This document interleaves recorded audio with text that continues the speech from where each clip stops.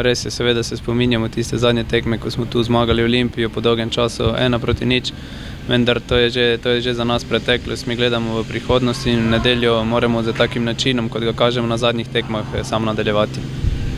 Atmosfera, vzdušje v garderobi je verjetno primerno rezultatskemu nizu.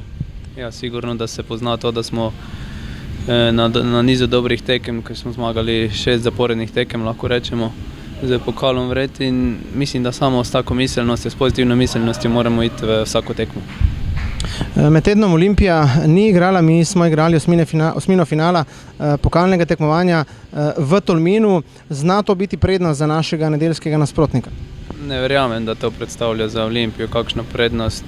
Tudi mi imamo svoje principe. Tolmin je seveda bila težka pot po tistih ovinkih, tam se je kar vse skupaj vleklo, vendar smo k sreči zmagali 6-0, kar je za nas, kot za celo ekipo, še dodaten motiv za naslednjo tekmo, da gremo samozavestno. Mitja, kaj bodo v Stožicah največje pasti v lovu na nove prvenstvene točke? Ja, vsi vemo, kakšne napadalce ima oziroma kakšno celotno ekipo ima Olimpija. Vendar, kot sem dejal, če se bomo mi držali naših principov, se lahko nadejamo pozitivnega rezultata.